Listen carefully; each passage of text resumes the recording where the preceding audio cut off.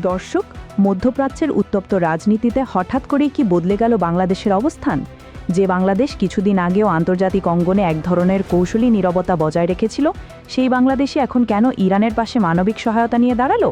এটি কি শুধুই মানবিক উদ্যোগ, নাকি এর পেছনে লুকিয়ে আছে আরও বড় কোনো কূটনৈতিক বাস্তবতা? এই প্রশ্নগুলোর উত্তর খুঁজতেই আজকের এই অনুসন্ধানী প্রতিবেদন। আপনারা দেখছেন মজলুম টিভি।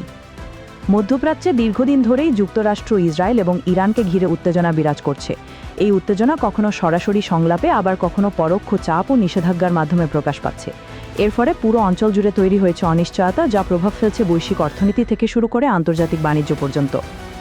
এই পরিস্থিতিতে শুরুতে বাংলাদেশ একটি সতর্ক ও ভারসাম্যপূর্ণ অবস্থান নেয়।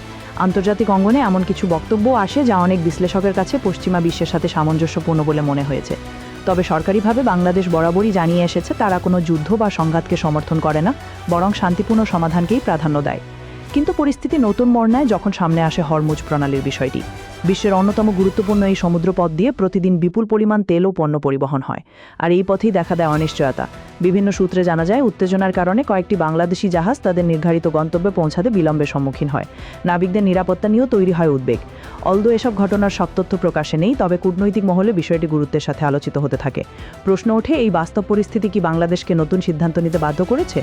বিশ্লেষকদের একাংশ মনে করেন, সমুদ্রপথে নিরাপত্তা, বাণিজ্যিক স্বার্থ এবং বিদেশে অবস্থানরত নাগরিকদের সুরক্ষা, এই তিনটি বিষয় বাংলাদেশের জন্য অত্যন্ত গুরুত্বপূর্ণ।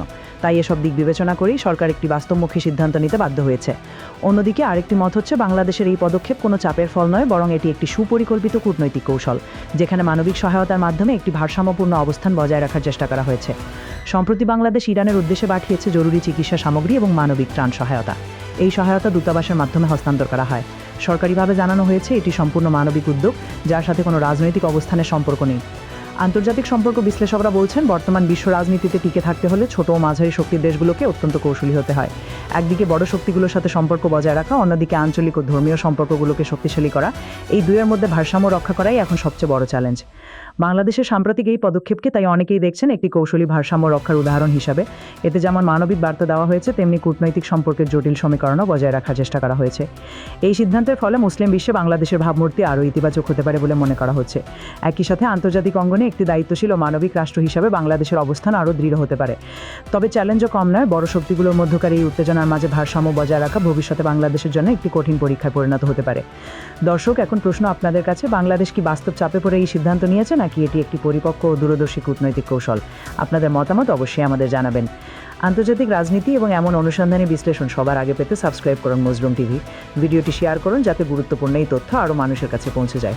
আবার দেখা হবে নতুন কোনো প্রতিবেদন নিয়ে। ততক্ষণ পর্যন্ত ভালো থাকুন, সুস্থ থাকুন। আল্লাহ হাফেজ।